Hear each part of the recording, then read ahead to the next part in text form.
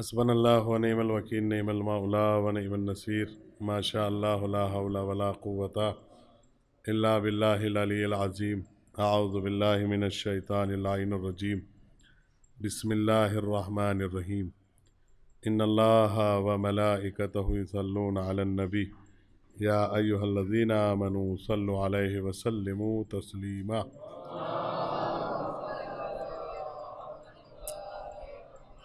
अम्मा बाद फ़क़द फ़क़ाल अल्लाहु सुब्हानहु तबारक व तआला फ़िल क़ुरानिल करीम व हुवा अस्दक़ुस सादिक़ीन व क़ौलुहुल हक़।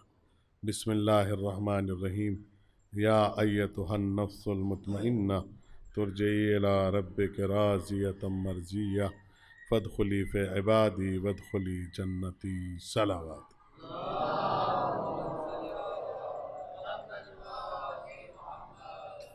हज़रतान सैयदुश्शुहदा बरादरान ईमान इस्लामी बुज़ुर्गान कौम मिल्लत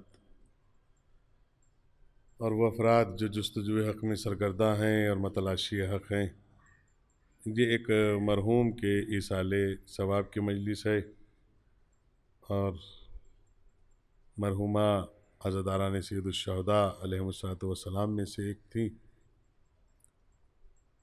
और जिस आय करीमा को मैंने अपनी गुफ्तगू का उन्वान करार दिया है वो सूरह वल फज्र की बड़ी मशहूर आय करीमा है और ये इकलौती तन्हा आयत है जो तमाम आइम्मा और अम्बिया और औसिया और औलिया और ताबईन तब ताबईन में सिर्फ़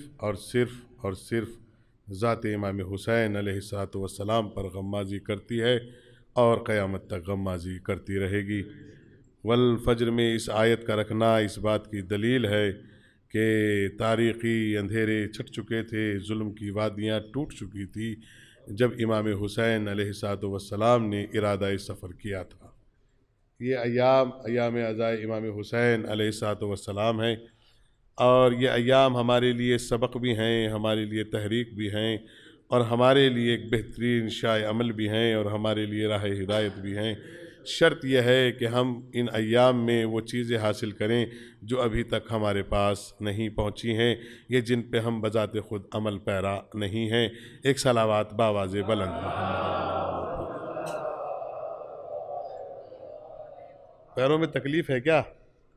तो इतना तो ख्याल कर लिया करो कि फसी हैदर पढ़ रहा है, सलावात भेजे मोहम्मद वाले मोहम्मद। बताइए इस उम्र में पैर फैला के बैठे तो बुढ़ापे में बैसाखियों का सहारा लेंगे। एक सलावत और भेज दे मोहम्मद वाले मोहम्मद पर। अल्लाह रब्बुल इज़्ज़त खालिक कायनात मालिक अर्ज़ व समा का इरशाद ग्रामी हो रहा है, ए नफ्से मुतमइन्ना मेरी बारगाह में लौट आ, मैं तुझसे राज़ी हूँ और तू मुझसे राज़ी है। ये बड़ा मसला है जिस पे हमें गुफ्तगू करना है असर हाजिर को देखते हुए, क्योंकि जुल्म की चारों तरफ से फिर आहोजाही का ऐलान होने लगा है और हमें इस बात की खुशी है कि अभी जहाँ यजीदियत के नारे लग रहे हैं वहीं हुसैन के ताबेदार मौजूद हैं और हम इसमें भी कामयाब हैं कि अज़ादारी हमारा एक मिशन है और सरमाया हयात है। वक्त बहुत ज़्यादा नहीं है इसलिए मैंने खुतबे की तिलावत नहीं की है, चूँकि ये आपकी मोहब्बतें हैं, जिस वक्त आप बुला लें मैं हाजिर हो गया। बहरहाल एक मसला यह है, क़िबला तशरीफ़ फरमा है हुज्जतुल इस्लाम वल मुस्लिमीन मौलाना शफी अब्बास साहब क़िबला, और बड़ी अजीब बात है जो मैं आपकी खिदमत में अर्ज़ करने जा रहा हूँ कि इस आयत के अंदर एक मवाद है, एक ज़ख्म है, एक पैमाना है जिस तक हम नहीं पहुँचे हैं। करबला हमने सिर्फ जंग तक सुनी और जंग में भी इतना मजलूम सुना है हमने इमाम हुसैन को कि इमाम हुसैन ने जंग नहीं की। करबला में इमाम ने जंग की है और इस अंदाज से जंग की है कि खुद खुदा को आना पड़ा। गौर नहीं किया आपने, मैंने बड़ी हल्के से एक जुमला कह दिया।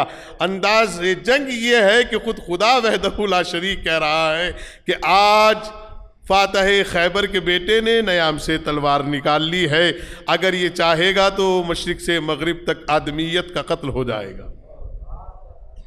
लेकिन इमाम क्यों रुके, उसका भी एक पैगाम है, हमें सबक लेना चाहिए करबला से। इमाम क्यों रुके? इसलिए कि रोकने वाला खुदा है। अब आप अपने आप में तज्जिया करें कि आप इमाम हुसैन से बड़े हैं कि छोटे हैं, आप इमाम हुसैन हैं या इमाम हुसैन के अज़ादार हैं। ये फैसला आप खुद करें। जब खुदा के कहने से हुसैन जैसा इमाम रुक सकता है तो फिर हम गुनहगार क्यों नहीं रुकते? गौर नहीं किया। ये और बात है कि वो हमें गुनाह करने से रोकता है, ये और बात है कि वो हमें जज्बात से रोकता है। एक सलावत भेज दे मोहम्मद आले मोहम्मद पर। गौर किया आपने? यानी हमें भी रुकना चाहिए उन अवामिर की तरफ से जहां खुदा वहदहू ला शरीक की नफी है। सवाल बड़ा अच्छा है, अगर आप साथ रहे तो मैं थोड़ी देर गुफ्तगू कर लूंगा। सवाल बड़ा अच्छा है। राजी है खुदा, क्या है? तो राजी किस किस से है अल्लाह? ये फैसला तो आपको करना चाहिए, हम तो नहीं कर सकते ये फैसला कि अल्लाह नाराज किस किस से है, क्योंकि कुरान काफी है आपके लिए, हमारे लिए नहीं। हमने तो कभी बगैर उस्ताद के कुछ हासिल करने की कोशिश ही नहीं की, हालांकि हम सब लोग अपनी जगह मौजिज़ नुमा हैं, हम सब लोग अपनी जगह एक मौजिज़ नुमा हैं। हम जहां बैठ जाते हैं वहां से मौजिज़े शुरू हो जाते हैं। शर्त है कि हमारा तकवा और परहेजगारी और तज़किया नफ्स बाकी हो, जहां हम बैठ जाएं वहां मौजिज़े। देखिए, हमने तो सुना है आप लोगों से कि हमारे बुजुर्गों ने चलती हुई ट्रेनें रोक दी, हमने तो सुना है कि गूलर के पेड़ से बाकायदा इतनी मिठास पैदा हो गई कि आज तक साबिर के गूलर याद है। हमने तो सुना है कि हजरत मोइनुद्दीन चिश्ती रहमतुल्लाह अलैह ने कैद साली के आलम में लोगों के घरों में अनाज पहुंचा दिया। हमने, ये मैं बुजुर्गों की बात नहीं कर रहा हूं, इनकी बात कर रहा हूं जो हमारे सामने के, जिनकी तारीखें 300 साढ़े 300 बरस और 120 और 160 बरस तक की है। हमने तो सुना है कि अगर कोई हुसैन इब्न अली की वल्द में से, औलाद में से कोई अगर गुस्से के आलम में आ गया, गैस के आलम में आ गया, तो पता चला कि एक कैफियत तारी हो गई। हम आज भी मौजिज़ नुमा है, जहां बैठ जाते हमसे बड़ा कोई नहीं। लेकिन हमें जब भी ख्याल आता है आपका आता है, कहीं आप हमें खुदा ना समझ लो। गौर नहीं किया। हमें जब भी ख्याल आता है आपका आता है। चूंकि एक तारीख का एक फिक्रा सुना के जा रहा हूं, शायद आप मुतवज्जे हो, शायद आप मुतवज्जे हो। एक ऊंट आई है घर से निकलकर, घर से निकलकर एक ऊंट आई है। ऊंट पे कोई बैठा है, उस ऊंटनी पे कोई बैठा है, मैं नाम नहीं लेना चाहता। कहते कि जैसी वो ऊंटनी आई तो कोई पैर चूम रहा है, कोई हाथ चूम रहा है उसके, कोई तलवे चूम रहा है, कोई बाल चूम रहा है। आलम यह है कि उसके चारों तरफ गिरवीदा है। मौला अमीरुल मोमिनीन फरमाते जल्दी करो, इसके पांव काट दो। कहा क्यों? कहा कि मैं देख रहा हूं कहीं बनी इसराइल की तरह जैसे वो गाय के बछड़े को पूजने लगे थे, ये ऊंट को पूजना शुरू ना कर दे।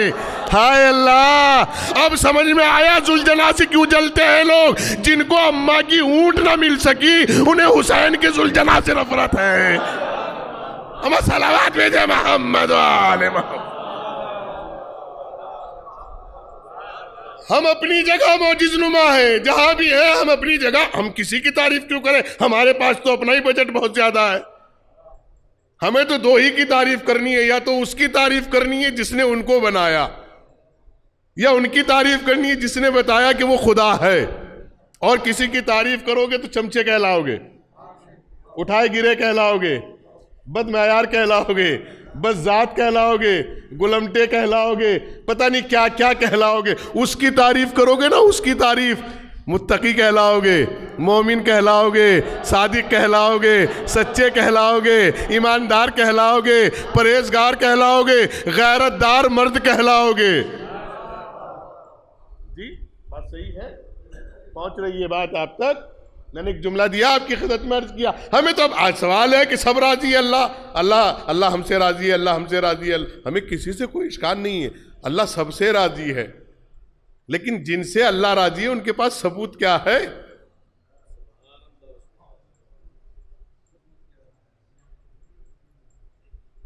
मैं भी मौलाना के कोई दो आदमी आए और जाके कहे शबाब साहब मंत्री जी से कि मौलाना फसी के आदमी आए, तो उन्होंने सोचा मौलाना फसी का होंगे, थोड़ी बहुत दाढ़ी भी होगी, थोड़ा बहुत कुर्ता पजामा भी होगा, जब मौलवी के घर से है, मौलवी के ख़ानदान से, कुछ तो शबाहत होगी। अब वहाँ देखा तो हाथ में शराब की बोतलें। और कहा यह जा रहा है कि मौलाना फसी के आदमी खड़े हैं। तो इसमें या तो मौलाना फसी शराबी है या फिर मौलाना फसी को बदनाम किया जा रहा है। दोनों बातों में से एक बात तो है। अब जो ये कहा जाता है कि अल्लाह वाले खड़े हैं, तो हम देख रहे हैं अल्लाह वाली कोई सिफत है ही नहीं।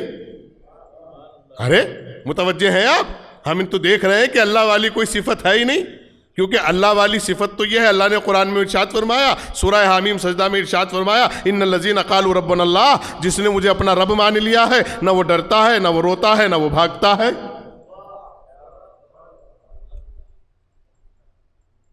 सूरह हामीम सजदा की 30 नंबर की आयत है जनाब अली। अल्लाह वालों की पहचान यह है कि ना तो वो डरते हैं, ना रोते हैं, ना भागते हैं। अब अल्लाह जाली ये तीनों सिफत एक के अंदर थी या अलग अलग सबके अंदर थी? मैं तो कुरान सुना रहा हूं, मैं कुरान से बाहर नहीं जाऊंगा। अल्लाह कहता है कि मेरे चाहने वालों की अलामतें हैं। क्या अलामत है परवरदिगार? कि ना तो वो डरते हैं, ना वो रोते हैं, ना वो भागते हैं। तो जो डरा वो अल्लाह वाला नहीं, जो रोया वो अल्लाह वाला नहीं, जो भागा। तो अब कौन रोया, कौन डरा, कौन भागा, मुझे क्यों पूछने की जरूरत पड़ी? मेरा तो ना रोया, ना भागा, ना डरा। भाई मैं अपने खानदान का ही तो जिम्मेदार हूं, मैं दूसरों पे उंगलियां क्यों उठाने लगूं? तो लिहाजा मुझे अपने खानदान के बारे में तो बताने दो, जो ना रोए, ना डरे, ना भागे। तो मैंने तारीख में पढ़ा कि जहां 40 तलवारें थी, जहां मलकुल मौत को भी खौफ हो रहा था, वहां कोई सुकून से सो रहा था। उस सोने वाले का नाम मुझे उम्मत बताए कौन सो रहा था। जिसका भी नाम उम्मत बताएगी मैं कबूल कर लूंगा, इसलिए कि मैं उम्मत का मददगार बन के बोल रहा हूं। मुझे तो कोई भी एक नाम दे दे इस सब्जेक्ट में, जो भी आता हूं मैं कबूल कर लेता हूं।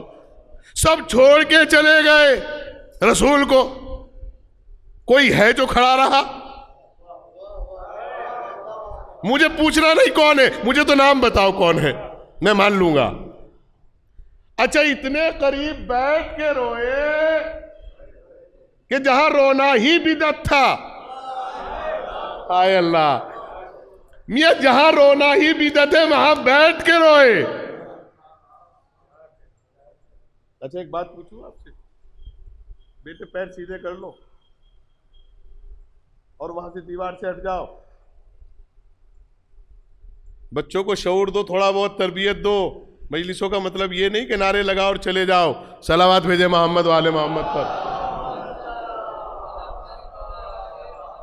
और शऊर खैरात में नहीं मिलता, शऊर मीरास में मिलता है, याद रखिएगा। सलावत भेजे मोहम्मद वाले मोहम्मद पर। गौर किया आपने जो मैं आपकी खिदमत में कर रहा हूं? शहर के हालात बहुत अच्छे नहीं है और हमें जाना बहुत दूर है। तो चूंकि हम डर भी रहे हैं, घबरा भी रहे और तन्हाई में बैठ के रो भी रहे, इत्तफाक से आ गए जनाब। महल्ले वालों ने कहा मौलाना की हालत बहुत ज़्यादा नाजुक है। कहने क्यों, क्या हुआ?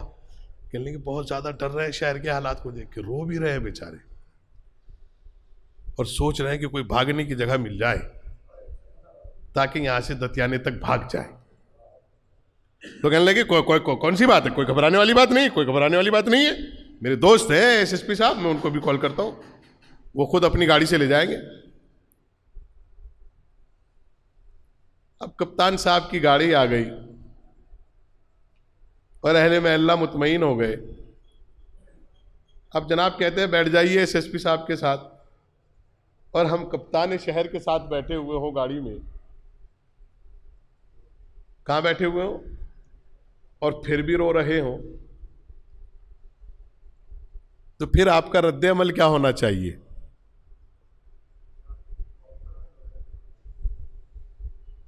फिर आपका रद्द अमल क्या होना चाहिए? जब हम कप्तान के साथ बैठकर भी खौफ की वजह से रो रहे हैं, तो आपका रद्द अमल ये होना चाहिए, इनको उतारो नीचे और मारो। इसलिए कि जो पूरे शहर का मुहाफिज बन के आया है, जब ये उसके साथ बैठ के डर रहे हैं, तो फिर इनको सुकून कहां मिलेगा? अब तारीख से पूछो कौन कहां रोया। जो पूरी कायनात की हिफाजत की जिम्मेदारी लेके आया है, और कोई वहां बैठ के रोए? कोई मसला नहीं है। अल्लाह वाले बनो, हमारी तमन्ना है कि अल्लाह वाले बनो, लेकिन अल्लाह वाले कहाँ हैं ये तो पता चले मुझे। अच्छा, अब ये कैसे पता चले सरकार? हमें तो पता नहीं है, आप तो तारीख सुना रहे हैं। तारीख तो हमारे उलमा भी अब कहने लगे हैं कि हदीस किसा भी मुस्तनद नहीं है और ज़ियारत आशूरा भी मुस्तनद नहीं है, लिहाजा अब हमें तारीख पे कुछ यकीन नहीं रहा। हमें तो आप बताइए इस वक्त में किसको पहचाने? तो मैंने कहा परेशान होने की ज़रूरत नहीं है, इसलिए कि विरसा वारिस को मिलता है। विरसा किसको मिलता है भाई? मास्टर जी का स्कूल किसको मिलेगा? किसी टीचर को तो मिलने से रहा। इनके बेटे को मिलेगा या नहीं मिलेगा? इनके बेटे को मिलेगा, ये बेटी को मिलेगा, या नवासी को मिलेगा, या पोती को मिलेगा, या पोते को मिलेगा, ये नहीं मिलेगा। तो अब कैसे पता चले कि कौन नहीं डरा, कौन नहीं रोया, कौन नहीं भागा? मौलाना जुमला दे के जा रहा हूं, कौन नहीं डरा, कौन नहीं रोया, कौन नहीं भागा। तो अब किसी से मत पूछिएगा, क्योंकि आज के बच्चे बड़े एक्टिव हैं। गूगल अंकल से सर्च करके पूछिएगा कि कौन है जो आज भी नहीं डरता, आज भी नहीं रोता, आज भी नहीं भागता, तो एक ही नाम आएगा, खामनई है। न डरता है, न रोता है, न भागता है। अमेरिका के घर जा जा के कहता है तू हमें डराता है। शायद तू ये भूल गया है कि खैबर हमारी वजह से जिंदा है, खंदक हमारी वजह से जिंदा है। अब पता चला इन मजलिसों को बिदअत क्यों बताया जा रहा है, क्योंकि इनमें तारीखें बताई जाती है। अल्लाह राजी किससे है और नाराज किससे है? में तारीखें बताई जाती है कि अल्लाह राजी किससे है और नाराज किस। मुझे बहस ही नहीं करनी, मुझे तो ये बताइए कि अल्लाह वाले हैं तो सिफत कौन सी है?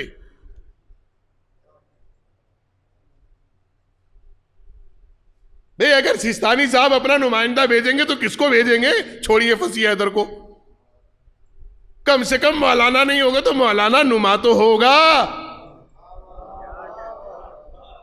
ठीक है, अवाम के लोगों को भी माली वकील बना देते हैं, वो मान लिया, लेकिन कम से कम उसके अंदर कुछ तो दिखाई देगा, तकवा, परहेजगारी, सदाकत, ईमानदारी, कुछ तो दिखाई देगी उसके अंदर। जब ये तो पता चलेगा कि अल्लाह वाले हैं।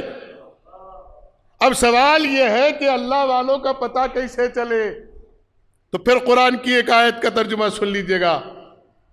अल्लाह कहता है कि मेरी गवाही के लिए वो काफी है जिसको मैंने इल्म देकर भेजा, और मेरे फरिश्ते काफी है।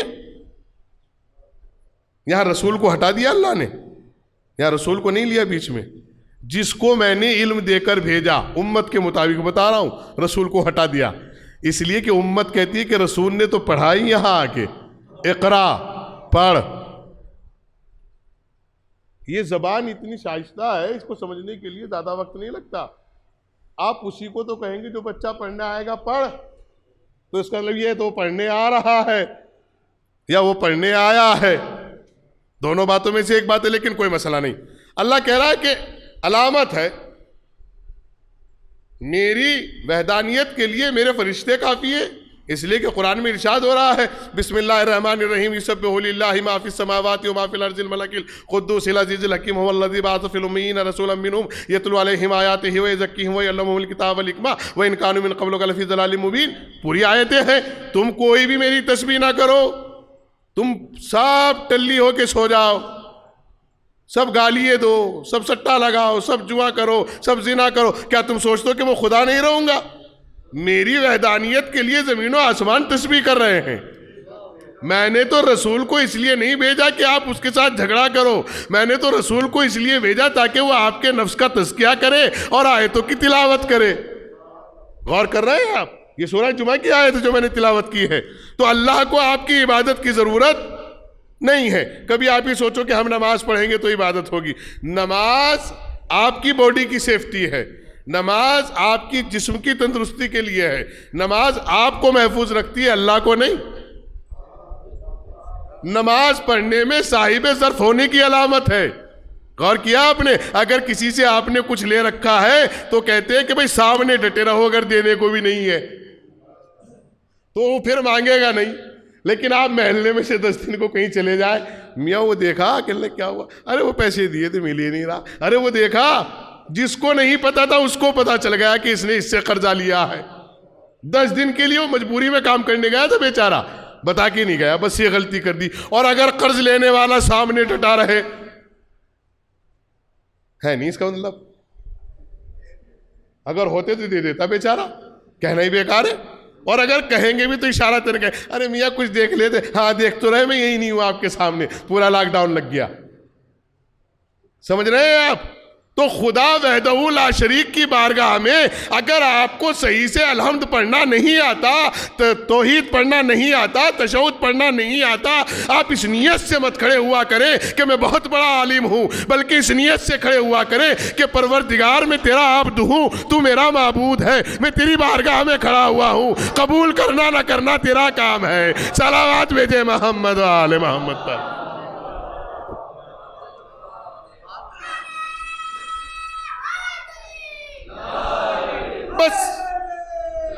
बस इतना ख्याल रहे कि इन नमाजों में उनकी विलायत से महरूम ना हो जाना, ये शर्त है कि उनकी विलायत है, वरना मौला ने फरमाया कि शक की नमाज पढ़ने से बेहतर है यकीन की चादर तान के सो जाओ। अब किस तरफ जाए?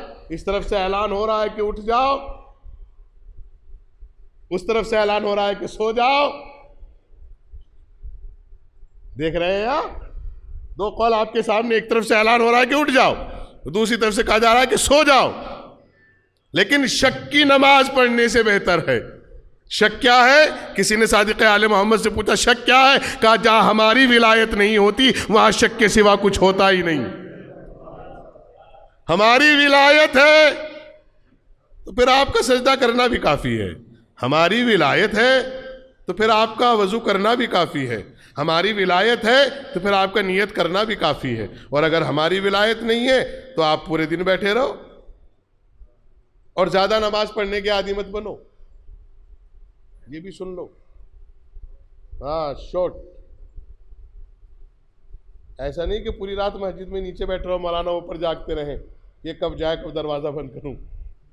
हाँ, क्योंकि कुरान में रसूल को भी कह दिया अल्लाह ने, मेरे हबीब रातों को ज्यादा मत जागा करो, जहां जहां की नमाजें पढ़नी है वो मत भूला करो। एक जगह कह रहा है कि रातों को मत जागा करो, पाँव भरमा गए हैं, थोड़ा आराम कर लीजिएगा, ज्यादा नमाजें ज्यादा तहज्जुदें मत पढ़िएगा। दूसरी जगह कह रहा है फसल्लि लिरब्बिका वनहर, अब आपके ऊपर जरूरी है कि नमाज पढ़ो मुसल्ला बिछाकर, चूंकि मैंने तुम्हें कौसर अता कर दिया है। तो मेरा कहने का मकसद समझ गए, जो आपके वाजिब है वो अदा कर लिया करो। जितनी नाफिला पढ़ने की तुम्हें जरूरत है उतनी नाफिला में दो कौल मौला के सुन लिया करो, ताकि पता चल जाए कि नमाज हकीकत क्या है। पहले नमाज की हकीकत समझ लो कि हालत जनाबत में नमाज पढ़ सकते हैं कि नहीं, हालत गुस्ल में से मैयत में पढ़ सकते हैं कि नहीं, मैयत में पढ़ सकते हैं कि नहीं। इन मसलों से वाकफियत कर लो। सुन्नत से इतने परहेज करते रहो, इतने तुम्हारे पास मुकम्मल इल्म ना आ जाए। जब तुम्हें मुकम्मल इल्म नमाज का हो जाए तो अब सुन्नत पढ़ने का लाजवाब फायदा है। अब आती नहीं कि पढ़ कैसी रहे कौन सी रहे, कह लेगी दो और पढ़ लूँ, दो और पढ़ लूँ, दो और पढ़ लूँ, दो और पढ़ लूँ, ताकि मेरे महल्ले वाले कह ले भाई नमाज ही बहुत बड़ा है। पता चला मियाँ नमाज की नीयत क्या थी? कहले नमाज पढ़ता हूँ पीछे काबे की दीवार के, वो मेरा काबे शरीफ की तरफ तो पेश इमाम है नहीं, वाजिब कुर्बत लिल्लाह, पेश इमाम कहाँ रहेंगे? तो कोशिश करो कि 2 रकत पढ़ो। घर चाहे 30 गज का हो लेकिन साफ हो। अब घेर बहुत बड़ा है, वहीं गाय का गोबर पड़ा है, वहीं भैंस का पड़ा है, वहीं बकरियां चल रही हैं, वहीं अड़ाया पड़ा है, वहीं कूड़ा पड़ा है, घेर बहुत बड़ा है, आ ही नहीं रहा कोई। 30 गज का मकान हो लेकिन साफ हो, ताकि आने वाले को पता चले कि ये तहजीब याफ्ता लोग हैं। 2 रकत पढ़ो लेकिन तहजीबी दायरे में पढ़ो। बहरहाल बात कहीं और चली जाएगी। तो अल्लाह किससे राजी है?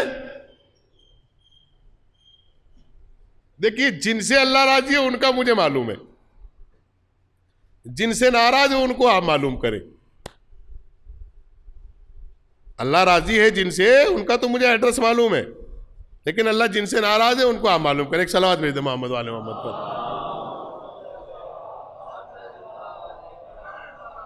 गौर किया आपने?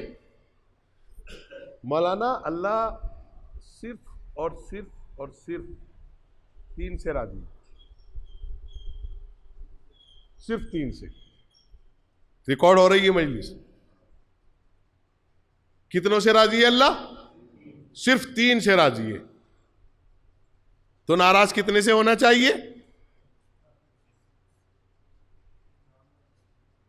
कम से कम 3 तो हो, मध्य मुकाबिल तो हो। जब अल्लाह 3 से राजी है तो 3 से नाराज भी होना चाहिए। अच्छा, राजी किन से उनका एड्रेस मैं बता रहा हूं, नाराज किन से उनका एड्रेस आप पूछिएगा। अल्लाह 3 से राजी है। कुरान की आयत सुना रहा हूं आपको। कभी आप ये कहें कह लेंगे मौल साहब आपने कहां से पढ़ दिया। कुरान की आयत सुनिएगा। बिस्मिल्लाहिर्रहमानिर्रहीम। किबला बैठे हुए हैं। अल यौमा अकमलतु लकुम दीनकुम व अतममतु अलैकुम नेमती व रज़ीतु लकुमुल इस्लाम दीना। लफ्ज़ रज़ी है बाकायदा। आज मैंने दीन मुकम्मल कर दिया। अल यौमा अकमलतु लकुम दीनकुम, तुम्हारा दीन मुकम्मल हो गया और नेमतें तमाम हो गई और मैं तुम सबसे राजी हो गया। अब ये राजी किससे हुआ, ये कुरान ने बता दिया। अब उसको तलाश करो कि जहां नेमतें तमाम हुई, जहां दीन कामिल हुआ, तो वो एक ही जगह है, गदीर। मन कुंत मौला हो फहज़ा अलीउन मौला। कोई बात नहीं, आप आराम आराम से सुनते रहे, मुझे कोई दिक्कत नहीं है। सुनते रहें आप, ताकि आपके पास जवाब देने की जगह रह जाए। मेरा मकसद यह है। दूसरी मंजिल क्या है? अल्लाह खुद कह रहा है फतरजा, ए रसूल हम आपको इतना देंगे कि आप राजी हो जाए। गौर नहीं किया आपने। अब उस रसूल को जिसको अल्लाह ने राजी किया, अब उस रसूल से पूछे कि आप किससे राजी है, तो उस रसूल ने फरमाया फातिमा तो बिज़ातुम मिन्नी, फातिमा मेरा पारा जिगर है। जो इससे राजी उससे मैं राजी, जिससे ये नाराज उससे मैं नाराज। तो पता चला अल्लाह गदीर में अली से राजी, घर में फातिमा से राजी और करबला में हुसैन से राजी।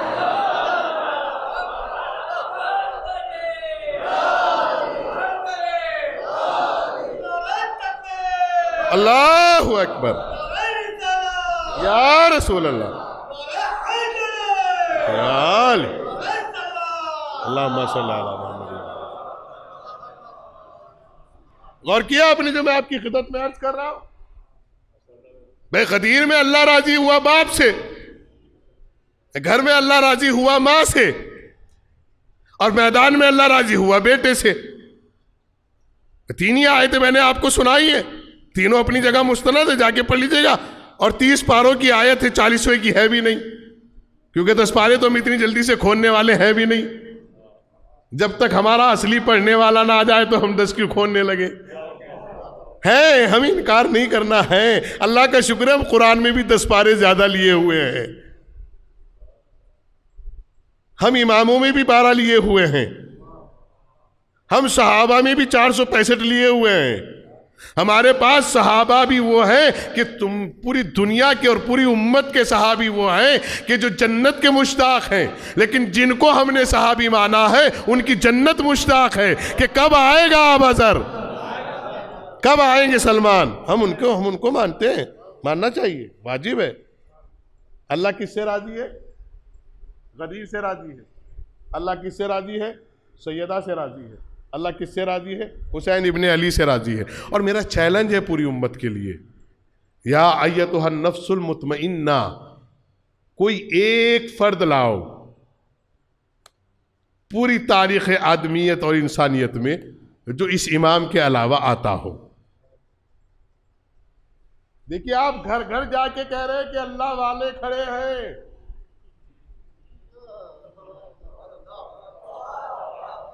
अब आप घर घर जाके कह रहे हैं कि अल्लाह वाले खड़े हैं। यहां अल्लाह खुद आके कह रहा है कि मेरे साथ चल। हाय अल्लाह, भाई यहां तो शिव साहब अल्लाह आके खुद कह रहा है कि मेरे साथ चल, तू राजी हो मैं राजी हूं। गौर नहीं किया? अब समझ में आया। अब अल्लाह ने बता दिया जब मैं इनसे राजी हूं तो अब इनसे जो भी नाराज है मैं उससे नाराज हूं। अब जो गदीर ना माने अल्लाह उससे नाराज, जो फातिमा को ना माने अल्लाह उससे नाराज, जो फर्श अज़ा को ना माने अल्लाह उससे नाराज। तो हमारा किसी मसले पे कोई इख्तलाफ नहीं है, अल्लाह ना करे इख्तलाफ हो। हम कल भी साफ थे, आज भी हैं और कल भी रहेंगे, इसलिए कि कल भी हम कुर्बानी देने वालों में थे, आज भी हैं और कल भी देंगे। कुर्बानी हमारी मीरास है, देते हैं देते हैं देते रहेंगे। गौर किया आपने? कुर्बानी हमारी मीरास है। लेकिन अब फर्श अज़ा पे बैठने वालों के लिए एक सवाल है, जिस हुसैन को अल्लाह लेने आया हो, ये तन्हा शहादत है मेरी निगाह में। मैं अपनी निगाह में बता रहा हूं। कभी आप कहें कि मौलाना फसीह हैदर ने एक झूठी रिवायत पढ़ दी, रिकॉर्ड हो रही है, ये मेरी निगाह में, अपनी जाती निगाह में तन्हा शहादत है जहां मलकुल मौत की एंट्री नहीं हुई।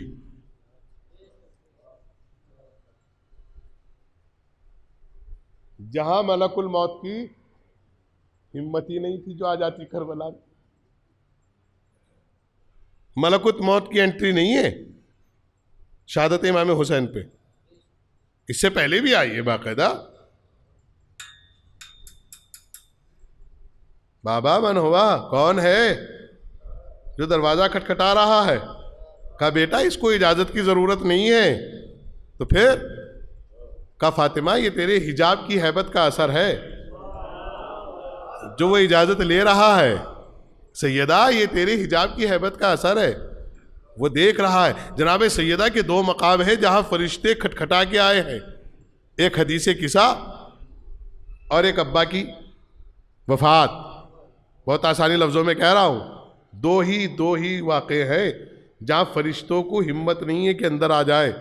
जिब्राइल परमानेंटली आने वाला है अल्लाह के रसूल के घर, परमानेंटली बचपन से आ रहा है, शहजादी बचपन से देख रही हैं। लेकिन जब हदीस किस्सा पढ़ते हैं ना आप, तो उसमें लिखा है कि जिब्राइल ने कहा अल्लाह क्या मैं इनके साथ चला जाऊं? कहा इसमें मेरी कोई एंट्री नहीं है, ये खुद इजाजत देंगे। अल्लाह को भी ये हक नहीं कि किसी के घर में डायरेक्ट भेज दे। तो मुल्ला को ये हक किसने दिया? सलावत भेजे मोहम्मद वाल।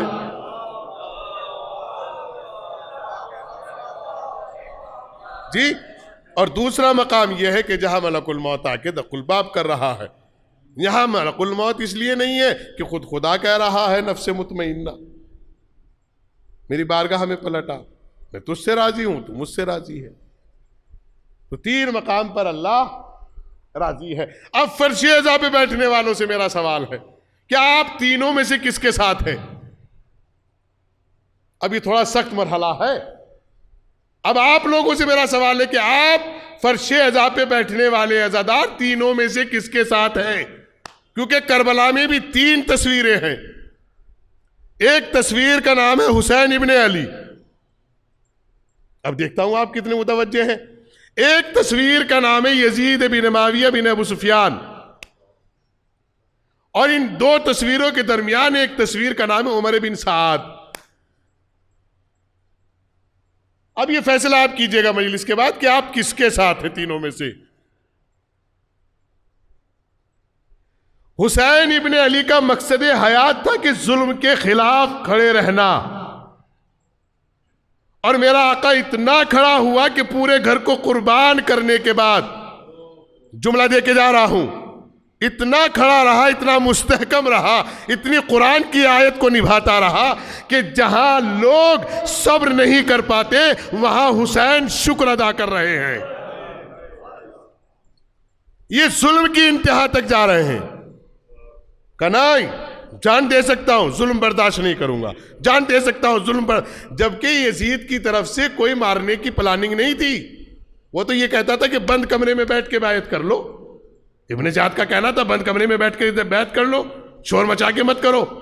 लेकिन नहीं, इमाम हुसैन ने कहा नहीं, जुल्म की ताईद चाहे अंधेरे में हो चाहे रोशनी में हो।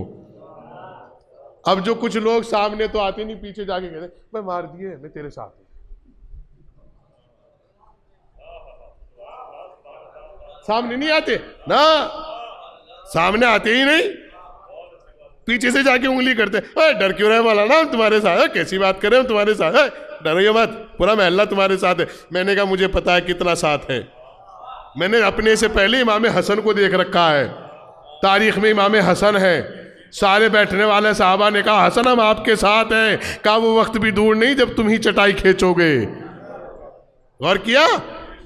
तो साथ रहना आसान नहीं, ये कहना बहुत आसान है। तो हुसैन इब्ने अली जुल्म के खिलाफ आखिरी लम्हे तक खड़े रहे, आखिरी जाहिरी सांसों तक खड़े रहे, और आज भी हुसैन नहीं तो हुसैनियत खड़ी हुई है। और यजीद हमेशा हुकूमत परस्त रहा। क्या रहा? आखिरी वक्त तक उसको हुकूमत चाहिए थी।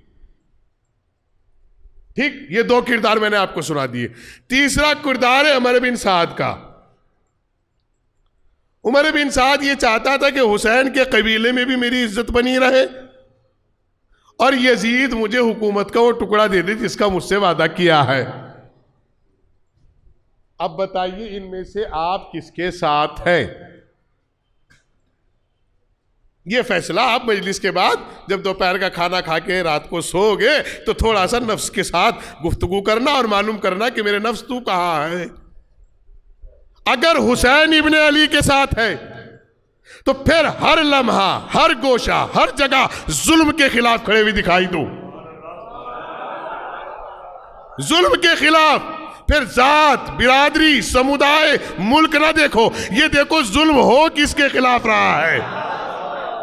अगर बेटियों के साथ दरिंदगी होने लगे तो फिर मजहब ना देखना, इसलिए कि तुम्हारा खड़ा होना बताएगा कि तुम्हें बेटियों की इज्जत प्यारी है, तुम्हारा बैठना बताएगा कि तुम्हारी बेटियां भी मुमकिन ऐसी हो। खड़े हो जाओ, फिर जुल्म के खिलाफ खड़े हो, फिर ये ना देखो कि होना क्या है। इसलिए कि अगर जुल्म के खिलाफ खड़े हो तो फिर तुम्हारी इज्जत की कोई परवाह नहीं, फिर इज्जतें तुम्हारे बाद भी और तुम्हारी जिंदगी में भी घर का तवाफ करेंगी। खड़े हो जाओ जुल्म के खिलाफ। दूसरी मंजिल क्या है? यजीद की हुकूमत चाहता था। अगर आप हुकूमत के इतने आमी हो तो फिर हुकूमत में अपना कोई मकाम बताओ क्या है। अपना हुकूमत में एक मकाम बताओ कि क्या है, कौन से सूबे में आपकी इतनी बात है कि हाकिम मान जाता है। तो पता चला यजीदियत के साथ रहने में नुकसान, हुसैन इब्ने अली के साथ रहने में कम से कम ये तो फायदा है कि इज्जतें घर का तवाफ करेंगी, लोग और समाज याद करेगा। जी, खुद महात्मा गांधी जी का एक जुमला है, 2 अक्टूबर थी कल, आज 3 अक्टूबर है। खुद महात्मा गांधी जी ने भी कहा था कि मैंने अहिंसा की शिक्षा नवासे रसूल इमाम हुसैन से ग्रहण की है। दुनिया का कोई भी इनकलाब लाए उसकी मजबूरी है कि उसे इमाम हुसैन के दरवाजे पर झुकना पड़ेगा। कोई भी समाज, पूरी दुनिया में कोई आइडियल किसी भी समाज के पास ऐसा नहीं है कि जो जुल्म के खिलाफ मुस्तकिल लगातार खड़ा हो सिवाय हुसैन इब्ने अली के। हमारे सामने सबकी तारीख है, सबके इतिहास है, कुछ वक्त के लिए खड़े हुए खत्म हो गए, लेकिन हुसैन इब्ने अली कल भी खड़े थे, हुसैन इब्ने अली आज भी खड़े हैं, और हुसैन इब्ने अली जब तक खड़े रहेंगे जब तक आपका हकीकी वारिस आकर इंतकाम ना ले ले। कहोगे मौलाना कैसे खड़े हैं? मैंने कहा देखिएगा, अभी तो ज्यादा वक्त नहीं गुजरा शहीद सुलेमानी को, हरा परचम क्यों नहीं लगाया, सुर्ख परचम क्यों लगाया? सुर्ख परचम लगाने का मतलब है अभी इंतकाम बाकी है। अरे सुर्ख परचम लगाने का मतलब है अभी इंतकाम बाकी है। हुसैन इब्ने अली के मज़ार अक़दस पे सुर्ख परचम इसीलिए लगा हुआ है, अभी इंतकाम मुकम्मल नहीं हुआ। यजीद मराए, यजीदियत बाकी है, अभी हमारा फिसाद बाकी है, अभी हमारा झगड़ा बाकी है। जब तक हम उसको ख़त्म ना कर ले, चाहे फर्श अज़ाब बिछा के इंतकाम करे, चाहे मातम करके करे, चाहे तबर्रुक दे के करे, चाहे अलम उठा के करे, चाहे तबर्रुक बांट के करे, चाहे काले कपड़े पहन के करे, चाहे सड़कों पे सबीले लगा के करे, कहीं तो तुम्हें गैरत आ जाए कि हम कर क्यों रहे हैं। इसलिए कि हम हुसैनियत के दावेदार हैं, यजीदियत के दावेदार न कल थे, न आज है, न कल।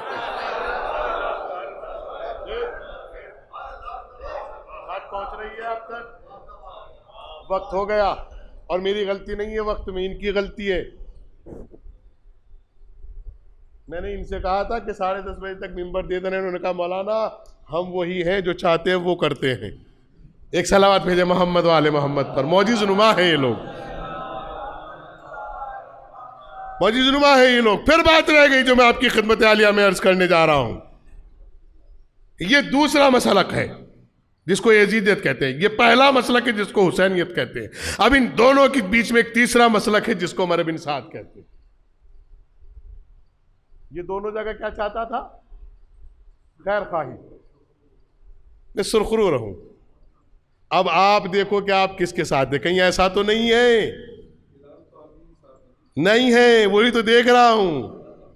क्योंकि अल्लाह का शुक्र है, मैं जानता हूं कि अज़ादार किस कैफियत से अज़ादारी कर बैठते हैं। फैसला करो, अपने नफ्स से तज़किया करो, पूछो कभी बैठ के रात में कि आप किसके साथ हो। कहीं दोनों तरफ तो खैर खाई नहीं चाह रहे हो, इमाम हुसैन की मजलिस में भी आ रहे हो और झूठ बोल के आ रहे हो। इमाम हुसैन की मजलिस में तबर्रुक भी बांट रहे हो और सट्टे का बांट रहे हो।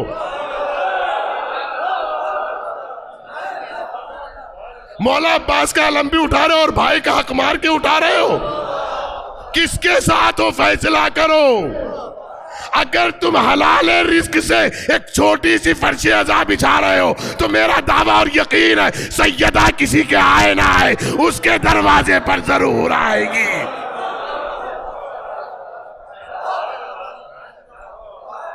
बड़े भाई को गालियां देकर छोटा भाई को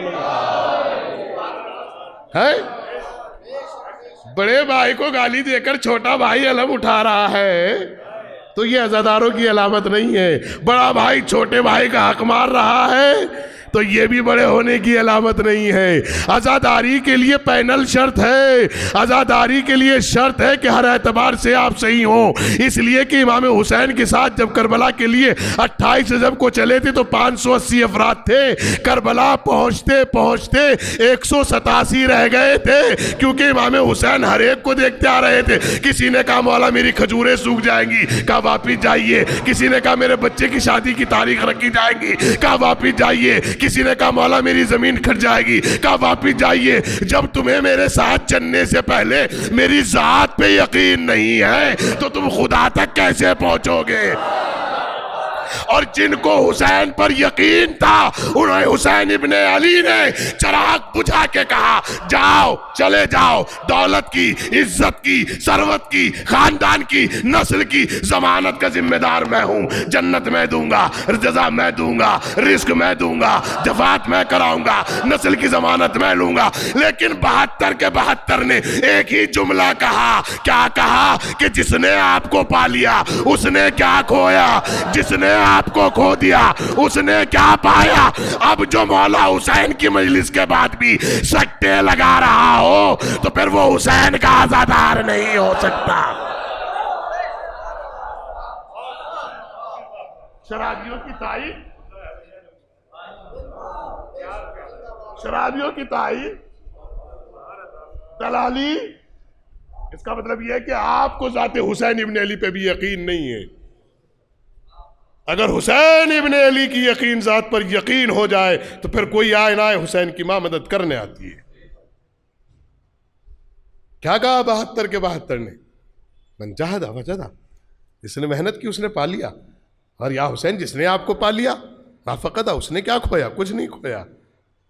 फिर हुसैन इब्ने अली ने कहा तो सुनो, मुझे तुम्हारी तलवारों की और दौलत की और जाओ वशम की जरूरत नहीं है, चले जाओ। तो सब ने एक ही जुमला कहा। 2 मिसरों में वो जुमला सुना रहा हूं, शायद आप उस पर दाद दे दें और शायद आप उसमें दुआ कर दें। 2 जहां की दौलतें मांगे तो रखेंगे कहां। 2 जहां की, अब मेरा मकान 30 गज में भी नहीं है, किराए की बैठक में हूं, किराए की बैठक में हूं। उसमें मैं मांगने लगूं इनोवा तो खड़ी कहां करूंगा।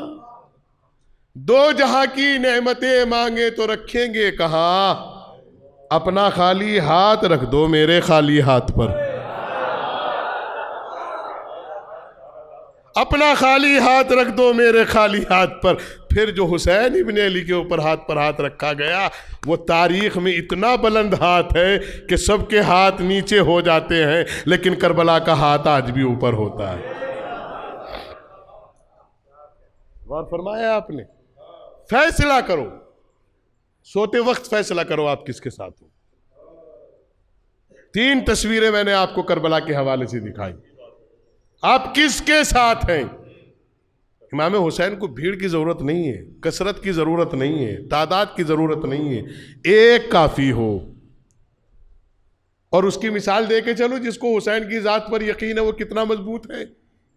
40 साल हो गए शबाब भाई, कितने 40 साल हो गए मेरे लाल, 40 साल से चारों तरफ से दरवाजे बंद हैं।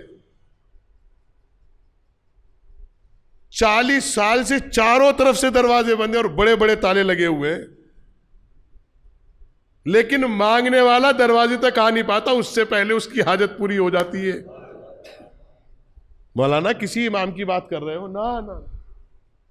मौलाना किसी मासूम की बात कर रहे हो? नहीं, मैं कह नहीं रहा हम आज भी मोजिज़नुमा है। एक लंबी सी दाढ़ी वाला खूबसूरत है कोई, लंबी सी दाढ़ी वाला खूबसूरत है कोई सी मस्जिद का ऐसा इमाम नहीं, माफ कीजिएगा मौलाना भी शामिल है उसमें, कोई सी मस्जिद का ऐसा इमाम नहीं कि जिसका टाइम आने से पहले उसको उसका अज्र न देता हो। 40 साल से ईरान के ऊपर इक्तिसाद की पाबंदियां हैं, कितने, और कोई हलाल ज़्यादा ये नहीं बता सकता कि मैंने मांगा और मुझे मिला नहीं। मांगना तो बहुत दूर है, बिन मांगे देने वाली जात। इमाम रजा बैठे हुए हैं,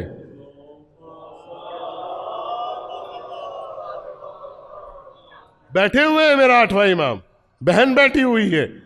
पूरी दुनिया को, और पूरी दुनिया से कोई मुल्क ये साबित नहीं कर सकता कि हमसे उसने उधार मांग रखा है या हमसे कर्ज लिया है। 40 साल में तो अच्छे टूट जाते हैं, आप तो 4 महीने के लॉकडाउन में टूट गए। 40 साल का अंदाजा लगाओ कि 40 साल से किसी मुल्क से मदद नहीं मांगी, तो अब ये खुदा की जात पे यकीन नहीं है तो और क्या है, ये हुसैन इब्न अली का विरसा नहीं है तो और क्या। और फिर जुमला सुने सैयद अली खामनई रहबर मौज़म का जुमला सुने। सैयद अली खामनई फरमाते हैं, मैं इन फर्शे अज़ा पर बैठकर 10 दिन में पूरी कौम और मुल्क का रिस्क लेके उठता हूं जब सैयदा का फर्शे अज़ा बिछता है।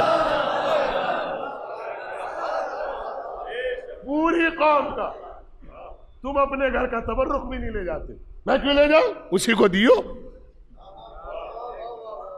मैं क्यों ले जाऊं, उसी को दियो। इतना बड़ा नवाब हो गया, वो आ नहीं सका, मजबूर था, नहीं ऐसा तबर्रुक है, ले जाओ। नहीं, सैयद अली खामनई कह रहे पूरे साल का, कौम का, मुल्क का रिस्क लेके उठता हो इस फर्श अज़ा से। यकीन है, मानो हुसैन इब्न अली को। हर दर्द की दवा है करबला, हर मर्ज के लिए शफा है करबला। देखिए, किसी बीमार को पकड़िए, अल्लाह ना करे कोई बीमार हो, पकड़िए किसी बीमार को, डॉक्टर ने ये कह दिया होगा पानी अंदर नहीं जा सकता, अभी आप जरा मजलिस के बाद तबर्रुक लेके दाना डालते रहिए मुंह में, भाई यार पता नहीं जिंदा ना हो रहा हो ना, भाई तबर्रुक जरूर खिला दे। जहां सारी दुनिया की साइंस और डॉक्टरी और सब कुछ फेल हो जाए, वहां से हुसैन इब्न अली की खाक खा के शफा बनती है। क्या करूं, वक्त नहीं है। दिल चाहता था कि बहुत सारी बातें करूं आपसे। कोशिश करें, तज्जिया करें, सोचें, फिक्र करें कि हम किसके साथ हैं। हुसैन इब्न अली की मां टूटी हुई कब्र से आती है, और टूटी हुई कब्र से भी टूटी हुई पसलियों पर हाथ रख के आती है, और टूटी हुई पसलियों पर भी हाथ रखकर उस पोते के पास जाती है जिसके हाथों में हथकड़ियां हैं, पांव में बेड़ियां हैं, गले में खारदार तौक है, कमर में लंगर है। रो रहे हैं आप, पुरसा दे रहे हैं आप, और उसके बाद मालूम है कहाँ आती है, उसके बाद अपनी बेटी की कब्र पे शाम में आती है। अल्लाह करे ये पुरसा मेरा मौला कबूल कर ले और मरहुमा के लिए जरिया खैर में करार पाए। बेटी कभी माँ कह के सलाम करती है बेटी को? नहीं करती ना। ज़ियारत जनाब ज़ैनब पढ़ा कीजिएगा मास्टर जी आप। एक फ़िक्रा है, मेरे मौलाना बैठे हुए हैं, अल्लाह सलामत रखे। एक फ़िक्रा है, मालूम है क्या है? अस्सलामु अलैकी या उम्मतुल मसाइबिल कुबरा। ए मुसीबत पर गुजरने वाली, अल्लाह अकबर, माँ, ए मुसीबतों की माँ, तुझ पर मेरा सलाम। दरवाजे पर लिखा हुआ है। और फिर जब वहां आती है उसके बाद फिर मालूम है कहाँ आती है? वहां से चल कर फिर दरबार बाजार, अल्लाह जाने किस तरह आती है। मेरा दिल नहीं गवाही करता, मैं नहीं बर्दाश्त कर पाता। अल्लाह जाने शहजादी ज़ैनब व सैयद व सज्जाद कैसे आते होंगे। जब उस बाजार से गुजरते हैं, मैं अपने गुनहगार कदमों से चल के मुसलसल कई साल तक मैंने चला है। मैंने कई साल तक सफ़र किया है ज़िंदान शाम का, मैंने कई साल तक सफ़र किया है बाजार शाम का, मैंने कई साल तक सफ़र किया है दरबार शाम का। मैं जनाब ज़ैनब के रोज़े से हर जुमेरात में जाता था ज़िंदान में सोने वाली को पुरसा देने के लिए, इसलिए कि मैंने एक जुमला सुना था मेरा चौथा इमाम और जनाब ज़ैनब ने फरमाया था, जब भाइयों का चहलुम करके जनाब ज़ैनब चली तो बीबियों को बुलाकर कहा था, हो सके तो हर रोज कब्र पे चिराग जला देना, इसलिए कि मेरी बच्ची तन्हाई में घबरा न जाए। अजरकुम अल्लाह, अजरकुम अल्लाह, अजरकुम अल्लाह। मौला आपको कोई गम ना दे सिवाय गम इमाम हुसैन के। अल्लाह सबकी बेटियों को सलामत रखे, सबकी बेटियों की इज्जत सलामत रहे, सबकी बेटियों की इज्जतें महफूज रहें। हाँ, बड़ा पुरशोभ दौर है। कैसे गुजरते होंगे? मैं मुसलसल सफ़र किया है, इन गुनहगार कदमों से चला हूँ। 48 कदम का फासला नहीं है, वल्लाह मिंबर रसूल से कसम शरीक खा के कह रहा हूँ, 30 से 32 कदम में मैं बाबू शाह से दरबारी यजीद के दरवाजे तक पहुँच जाता था। अल्लाह जाने 48 घंटे में सफ़र तय किया। रसूल की वासियों ने 48 घंटे में अल्लाह अकबर कैसे चलाया गया। और फिर वहां से चलने के बाद मालूम है कहाँ आती है? जिंदान में आती है। क्योंकि जिंदान में क्यों आती है? हुसैन की बेटी सकीना, बाप का सीने का सुकून सकीना, सबसे गुर्बत ज़दा बेटी सकीना। आलम यह है क्योंकि आज भी तेरा सफर गुजरी है, इस हवाले से एक जुमला सुना के चला जाओ ताकि मसाइब तमाम हो जाए और आप पुरसा दे सके। चूंकि मेरे भाई ने एक मर्सिया ऐसा पढ़ दिया तो मैं चाहता हूं कि हल्का सा पुरसा देकर निकल जाओ ताकि आप गिरिया करते हुए घर तक चले जाए। जब ये बीबी बाजार से दरबार पहुंची है ना, दरबार पहुंची है, मेरे भाई ने मर्सिया पढ़ दिया, जैसे ही दरबार पहुंची है तो रूम के बादशाह की तरफ से मदीने का रहने वाला एक नुमाइंदा था जिसका नाम तारीख ने अब्दुल्ला बिन अमर लिखा है। कहते हैं कि वो यजीद के दरबार में उस वक्त बैठा हुआ था क्योंकि बादशाह रूम ने इस नुमाइंदे को ये देखने के लिए भेजा था कि यजीद पे ऐसा क्या वक्त आ गया, कौन इतना बहादुर आया इसके मुकाबले पर कि इसको फौज की जरूरत पड़ी है। कहते जैसे ये बैठा हुआ था तो इसने देखा कि 12 गले एक रसन में बंधे हुए हैं, उसमें एक छोटी कमसिन बच्ची है। दे लीजिए पुरसा, उसमें एक छोटी कमसिन बच्ची है और उस कमसिन बच्ची की तरफ देखकर अब्दुल्ला बिन उमैर कहता है कि यजीद मैंने तुझसे कुछ मांगा नहीं, जबकि मैं शाह रूम का नुमाइंदा हूं, लेकिन इस बच्ची को मुझे दे दे। सुन लिया आपने? अभी मर्सिया पढ़ाना आपने, सुन लिया आपने? मैं मर्सिया को मुकम्मल कर देता हूं। कहते कि बच्ची मुझे दे दे। एक मर्तबा ये कहना था, सैयद सज्जाद ने अपने हाथों की हथकड़ियों को संभाला और संभालने के बाद खारदार तौक का वजन बर्दाश्त करते हुए आसमान की जानिब सर उठा के कहा, परवरदिगारा देख रहा है हमारी गुर्बत, और फिर आंखों में आंखें डाल के कहा, यजीद मुझे सज्जाद रहने दे, अब्बास बनने पे मजबूर ना कर वरना कयामत हो जाएगी। एक मर्तबा जैसे ही अब्बास का नाम सुना और सैयद सज्जाद का नाम सुना, अब्दुल्ला बिन उमैर खड़ा हुआ और खड़ा होने के बाद सैयद सज्जाद के करीब आके हाथ लगा के कहता है, ए असीर भाई, ए कैदी भाई, ए मजलूम भाई, ए गरीब भाई, ए परदेसी भाई, ये तो बता तेरा अब्बास से रिश्ता क्या है? तेरा इस बच्ची से रिश्ता क्या है? तेरा अब्बास से रिश्ता क्या है? तेरा इस बच्ची से रिश्ता क्या है? कहा ये मेरी बहन सकीना है। अब्बास मेरे चचा है। कहा अब्बास तो मदीने में मेरे आका हुसैन के भाई का नाम था। कहा ये हुसैन की बेटी सकीना है, मैं सैयद सज्जाद हूँ। जनाबे सकीना ने कटे हुए सर की तरफ इशारा करके कहा, बाबा अब तो बता दो कि मैं यतीमा किसकी हूँ। कटे हुए सर से आवाज आई, अब्दुल्ला ये मेरी बेटी सकीना। अजरकुम अल्लाह, अजरकुम अल्लाह। सैयद सज्जाद ने पूछा तेरी तमन्ना क्या थी? कहा मदीने में मेरा आका हुसैन रहता है, मैं उसकी कनीजी में ले जाकर दूंगा। कहा आका हुसैन दुनिया में नहीं रहे, जिसके दरबार में तू बैठा है इसने इस खानदान को कत्ल कर दिया है। कहा ये कैसे हो गया? कहा अब्बास मर गए, अली अकबर जुदा हुआ, हमसे किसी ने ये भी ना पूछा कि क्या हुआ। बाप बेटी का इम्तिहान हो रहा है, उसके बाद जिंदान की बारी है। अब जिंदान का आलम यह है कि जब जनाबे सकीना रोती है ना, पुरसा दे रहे हैं आप, अल्लाह आपकी बेटियों की हिफाजत करे, अल्लाह आपकी बहनों की इज्जतों को महफूज रखे, अल्लाह आपकी औलाद आपके घरों की मस्तूरात की इज्जतों की हिफाजत करे। बीबी सकीना के सदक़े में दे लिया पुरसा, हो गया पुरसा। आखिरी फिक्रा पढ़ रहा हूँ, एक लम्हे का फिक्रा है, सुन लीजिएगा।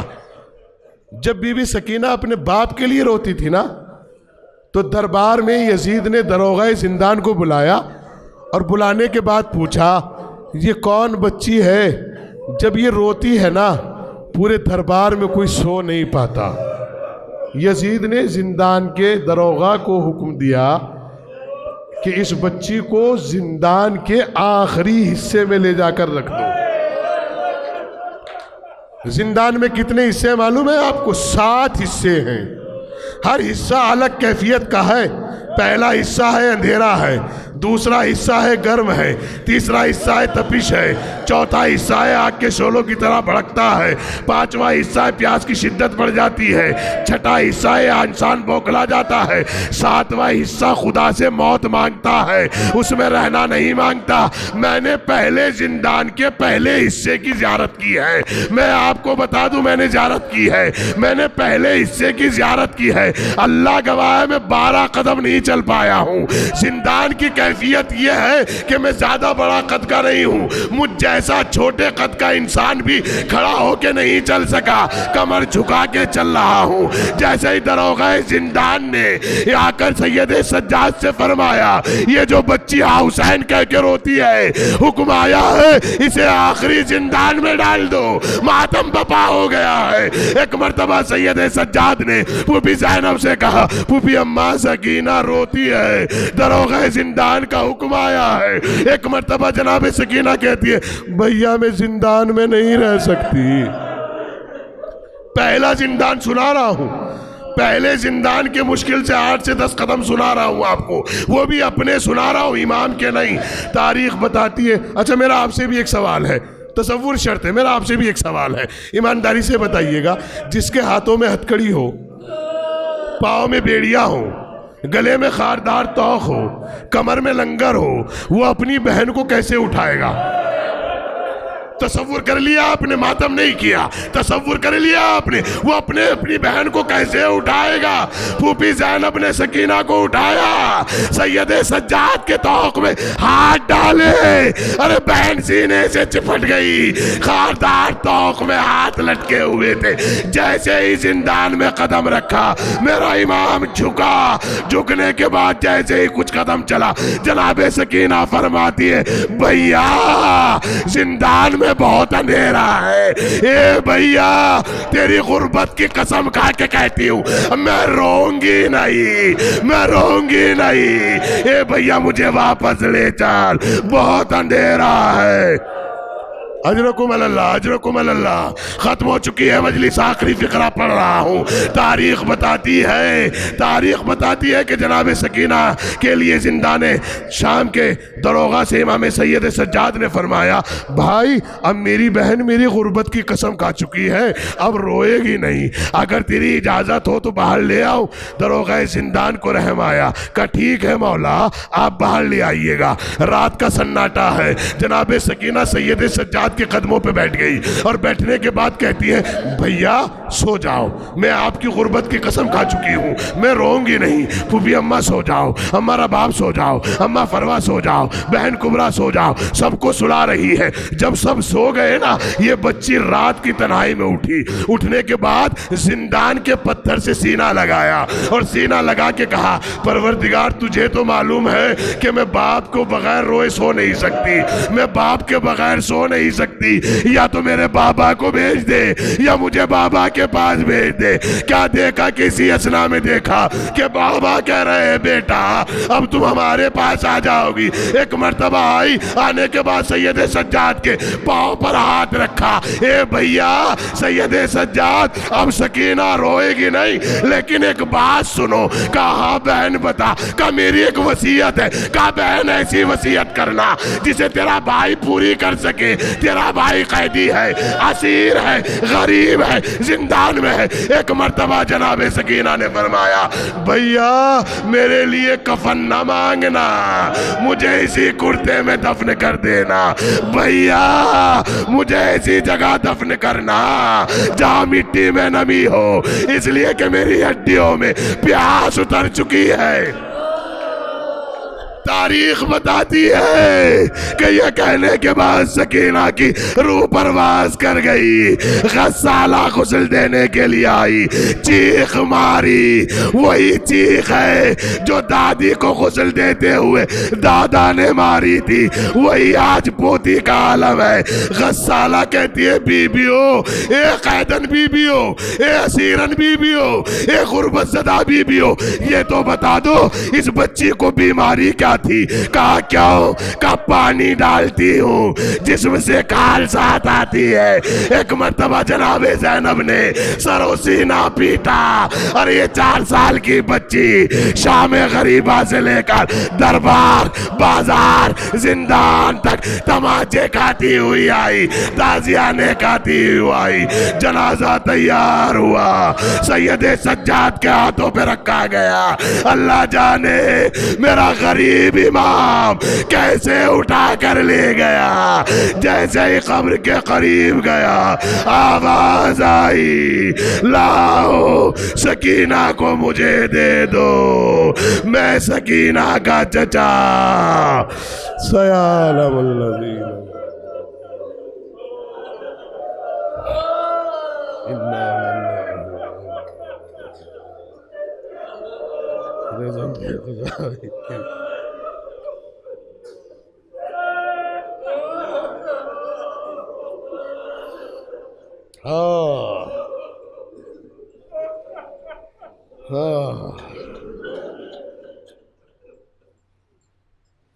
सयालमुल्लज़ीन ज़लमू अय्यमुनक़लिबिन यनक़लिबून इन्ना लिल्लाहि व इन्ना इलैहि राजिऊन। नज़न बक़ज़ाइ व तस्लीमन लिअम्रिhi। अल्लाहुम्मा बिहक़्क़ि फ़ातिमता व अबीहा व बालिहा व बनीहा व सिरिल मुस्तदफ़ीहा। परवरदिगार नस्मा के तवस्सुल से ज़िक्र खैर का जो भी हदिया खैर मैसर हो, उससे मरहुमा की रूह को शाद फरमा। मरहुमा के वारिसीन खसूसन बेटियों को सब्र जमील अता फरमा। जनाब सकीना सलावतुल्लाह अलैहा के तवस्सुल से मरहुमा की बेटियों को पाक दामनी के साथ अपने घर जाना नसीब फरमा। परवरदिगार जो वास्ता मोहम्मद आले मोहम्मद का जो हमारी बेटियां हैं, बहनें हैं, मेरे माबूद हम सब की इज़्ज़तों की हिफाजत फरमा। परवरदिगार जो वास्ता यतीमा सकीना सलावतुल्लाह अलैहा का जो बे औलाद है, उनको औलाद नरीना अता फरमा। परवरदिगार जो वास्ता जनाब सकीना सलावतुल्लाह अलैहा की ज़िंदान की मुसीबतों का जो हमारे जवान परदेश में है, बाखैर बाफ़ियत बासेहत व सलामती आना नसीब फरमा। परवरदिगार इस ज़िक्र खैर का जो भी हदिया खैर है, उससे मरहुमा की रूह को शाद फरमा। मरहुमा की कब्र को नूर से मुनव्वर फरमा। मरहुमा को अज़ादारान सय्यदुश्शुहदा में शुमार फरमा। परवरदिगारा मरहुमा के वारिसीन खसूसन उनके शौहर और बेटे को इतनी तौफीक दे और इतनी दौलत दीनी और दुनियावी से नवाज के वो अपनी मरहुमा माँ और बीवी के लिए ज़्यादा से ज़्यादा कार्य खैर कर सकें। परवरदिगार जो आस्था मोहम्मद और आले मोहम्मद का हम सबको रिज़्क़ हलाल का पाबंद करार फरमा, हम सबको लुक़मा हराम से महफूज फरमा।